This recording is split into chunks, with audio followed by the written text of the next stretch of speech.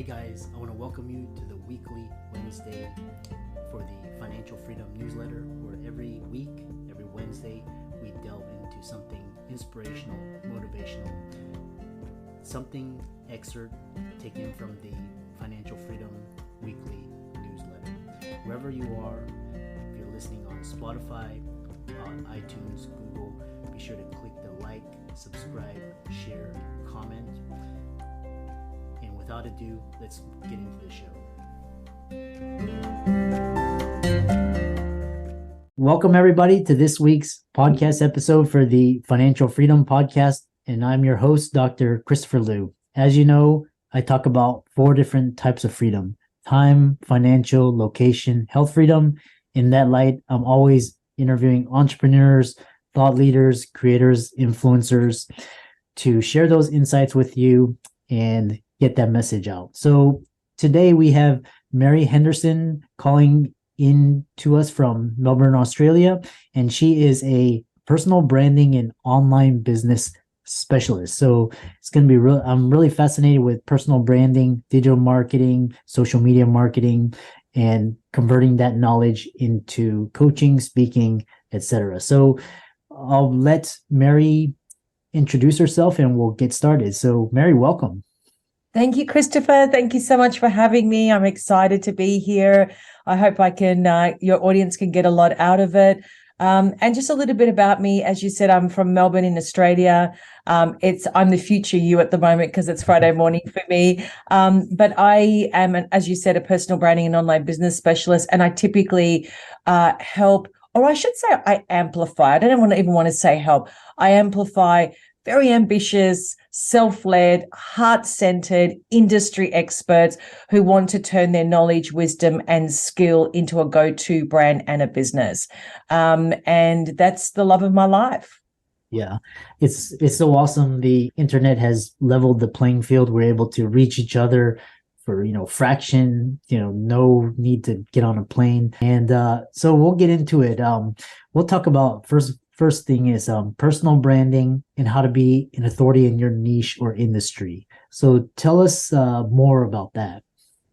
That's a great place to start, Christopher, because, I want to share with you that the playing field has leveled out. You're right in terms of connecting, but it hasn't leveled out in terms of how you're seen and how you're perceived. Okay. So there is a vast difference between somebody seeing you as the go-to expert and someone seeing you as noise, the wannabes, for want of a better word.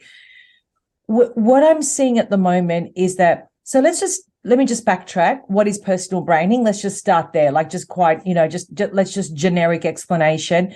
Personal branding is you, the human, are the business. Most simple explanation I can give you with no bells and whistles. It is you, the business, the human being, and how people interact with you, how they see you, how they feel about you. And that determines whether they want to get to know you, whether they get to love you, and eventually buy from you. There's your personal branding explanation in, a very short definition. In terms of where personal branding is going from an authority status, I'm seeing a very big shift here. And here's what I see.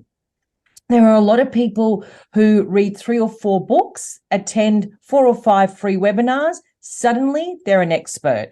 So they start creating content. They start putting themselves out there on social media, Christopher, and the market gets very confused, right? It's like, well, who do I believe in now? It's a bit like mass media. It's like, do I believe this or don't I believe this?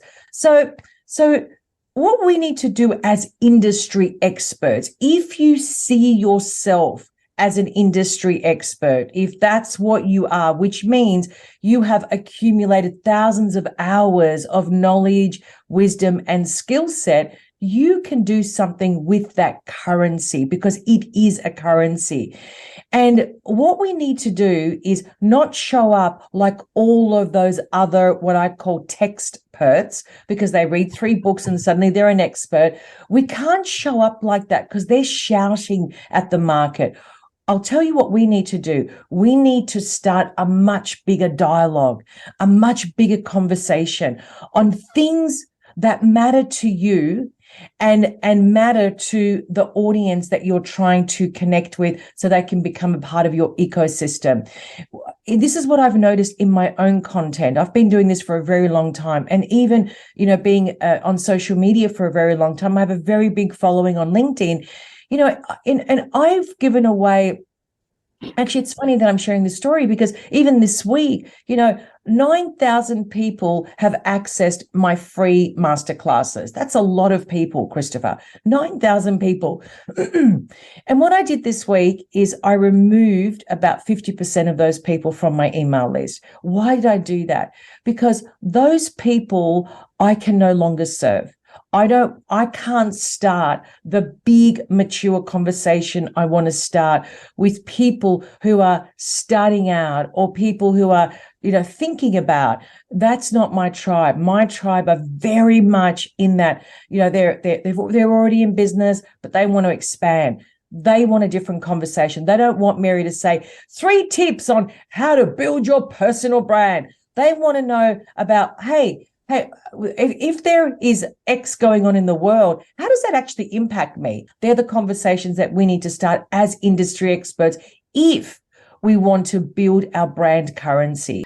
Very fascinating. What's interesting is, I know colleagues, they did one investment and all of a sudden they have this, they put out this, $5,000 digital course and Yes. I'm just like laughing behind the scenes. But what's interesting is you mentioned, really honing in, getting deep. Why is the 10,000 rule so important? What is it? And tell us. Oh my God. Well, that for me is my benchmark. And I'm going to tell you why. It goes back to what you were just saying about building a course after reading 3 books. So, so here's the thing. If you're a specialist in one area that you know for sure, let's say it is finance, Christopher, okay? You've been doing it for maybe 30 years. You know every aspect of finance. And now you come out on the other side and you're thinking to yourself, I would love to coach people on how to solve X problem. You may not even know what the problem is that you want to help people solve, but you know that you've accumulated, say, 10, 15, 20,000 hours in the finance industry. Okay, that's currency. So we've got to take that and we have to look at that currency as data. So when I'm working with people, I'll give you an example. They'll say to me, look, I've been in the finance industry, but I'm really good at this. I've done this in my role as a CEO or CFO or COO or whatever. I know how to create events. I know how to do this. I've been doing this. I've also been coaching people. There's a lot of things that happen inside a corporate role, especially if someone's been doing it for, say, 20 years. So we have to take all of that information, and I call it data. So when I'm working with somebody, I'll ask the very specific questions to get very specific answers. And what I'm looking at is a combination of your skills, your abilities, your gifts, your talents, your value system. What are the things that you care about the most? What do people say that you're really good at? What comes easy to you? Lots of different aspects of a human being that we need to unpack. And then when you see it on an Excel spreadsheet, it looks like a lot of words and a lot of information. But then that information needs to be organized into one complex problem that can be solved. Now, this is very important because we don't convert that information into a course. We convert that information into a system. And that system must deliver outcomes, not just deliverables, outcomes, Christopher. If we can't deliver outcomes, we can't create brand ambassadors who advocate for us. Right? Do you see what I'm saying? So you always finish with a client. They're like, oh, okay, is that it? And then they go off and find another coach, but they never advocate for you. So our goal as brands and industry experts, and if you are an industry expert, you do meet the 10,000 hour rule, is to build brand advocates. Okay? Because we cannot build our brand. We can define it. We cannot build it. The only way our brand can be built is to give your clients and prospects an ecstatic brand experience that they can advocate for you. Interesting. I like that idea of brand advocates. And, Warren Buffett and Tony Robbins, all these individuals, they say, Yes. brand is your most, like, that's kind of your competitive. It can't be copied. That's, Yes. tell us how you can commercialize a personal brand. Yeah, this is a very interesting one because again, it goes back to a lot of people saying, "Oh, yes, I'm a personal branding coach," but the question is, can you commercialize it? And this is the difference. We can define our brand essence. In other words, this is how I show up in the world. This is my look and feel. This is what I stand for. This is my color palette, and this is the problem I can solve. Okay, so we've already figured that foundation out. To commercialize it, we need to be known for something. Okay, what is that something that we're going to be known for? So when I spoke about before that when I unpack people's internal inventory, we need to turn that into a solution that can solve a problem, that can command demand and also command premium pricing. Because a personal brand, a real one that can commercialize their solution, is actually not called a coach. They're actually specialists. And when you're a specialist, you are called in to solve problems. Okay. A consultant's a little bit different because a consultant's a little bit more driven on, and more data driven. It's more about pushing, but a specialist relies on more on wisdom. And this is where we need to understand the power of this. So when my clients work with me, are they paying for my resources, the online program, which is my system, and there's frameworks in there, everything that they want is in there, or are they paying for me? They're actually paying for me because when they ask me a question, my wisdom rises to the surface and I can answer that question with absolute precision and absolute truth because it's experienced. It's not, I didn't read it. I read it. I implemented it. I have experienced it time and time again. Now it's become my wisdom. And this is what we've got to understand. That's how we commercialize it. So the system based on all of your internal inventory becomes your solution and your service that you're selling into corporate or into individuals. And that makes you the go-to brand for that solution. And then what sort of systems are important in setting up an online business? Yeah. Well, this is another great question because there's multiple systems in your business. It's not just the solution. It's understanding, your content strategy needs a system. Your sales strategy requires a system.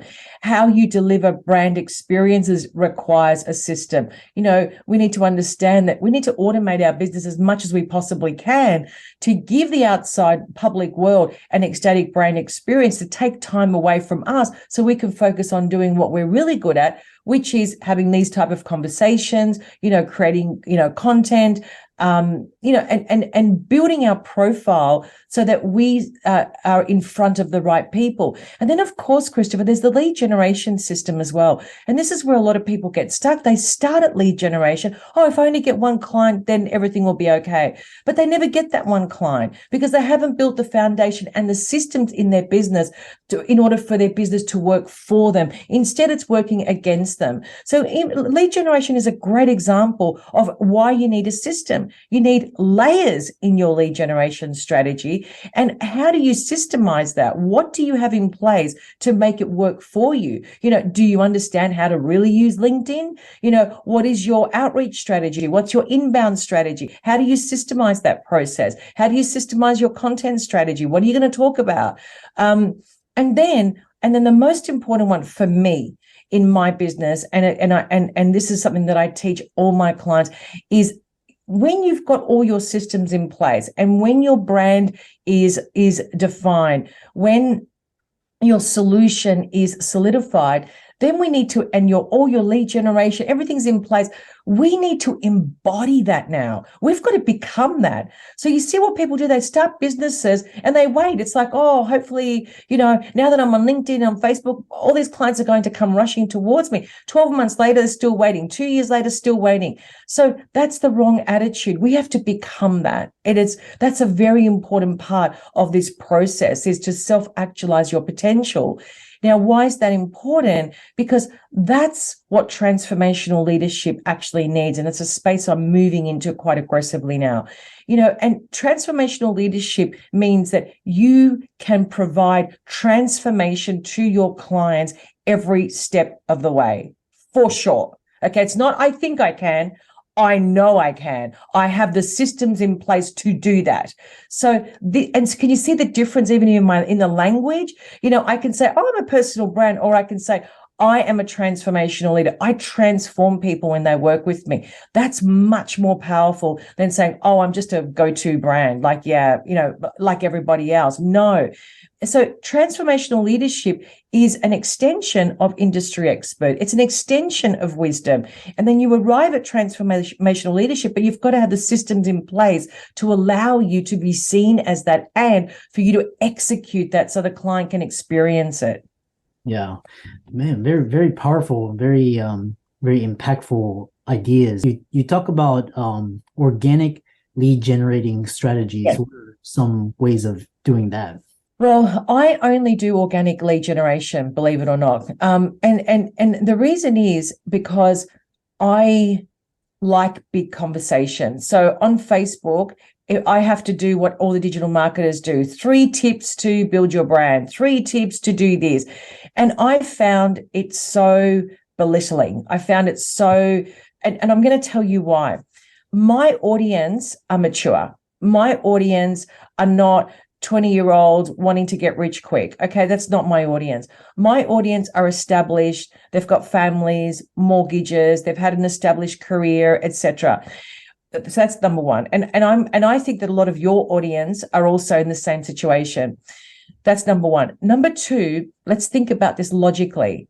There's a lot of people in the world right now that are going through a shift inside of themselves, okay? You could call it whatever you like. Some people call it the Great Awakening, whatever you want to term it. It doesn't matter what it's called. But the truth is that a lot of people are starting to question things, okay? Think about this. So there's a shift out in the world where people are saying, that doesn't make sense. I don't know about you, but I mean, we don't have a TV in our house, so I don't watch mainstream media. I have no idea who's famous. I'm not interested. But also I've noticed a shift in my inner circle, and everyone's moving away from that as well. The conversation over a coffee is no longer, hey, what time are you getting your nails done? It's like, hey, did you hear that? Blah, blah, blah. So people are starting to question things. So we're starting to see pragmatic thinking, which is fabulous. If that is happening, do you actually think that Mary showing up on Facebook saying, hey, 3 tips to build your personal brand in 30 days and make $100,000. Do you actually think that my tribe would look at that and go, oh, wow, that's amazing. I need that. Or do you think that my tribe's going to look at that and go, next, seen it all before, heard it all before, lies, deception, no thanks, next. So that's my thought process. So I'm saying, no. I'm going to go fully organic. And what I'm going to do is I'm going to start really big conversations so I can build a tribe around a conversation that people are genuinely interested. That doesn't involve politics, and it doesn't involve religion. It's clean, right? And so organic lead generation strategies needs layers, though. You can't just rely on one platform. You really need a lot of layers in the strategy. Of course, there's all the social media platforms. Maybe podcasting is a strategy. Maybe a summit is another strategy.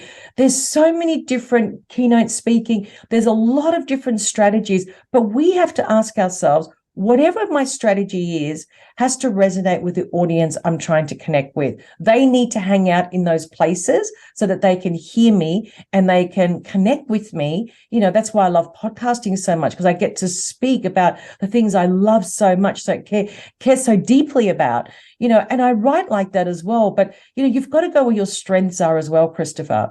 So that's my advice. Find where your audience hang out and give them content in the way they want to consume it. But we've got to start the conversation in a much bigger way than 3 tips to get rich quick. Yeah.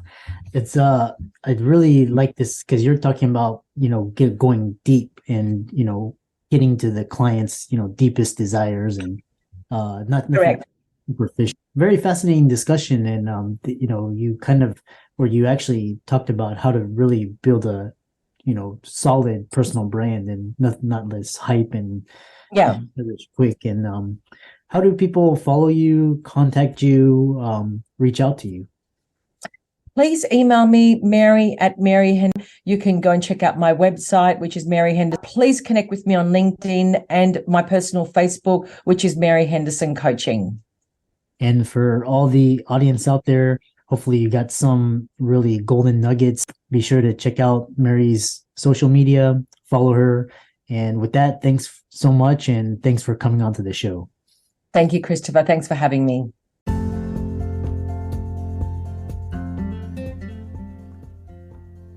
I hope you really enjoyed that wonderful, inspirational, motivational piece.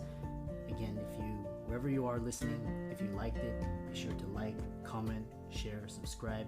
We're on everywhere: Spotify, iTunes, Google, Amazon, Audible. And without much ado, be sure to thank this show's sponsors, and we'll see you next week.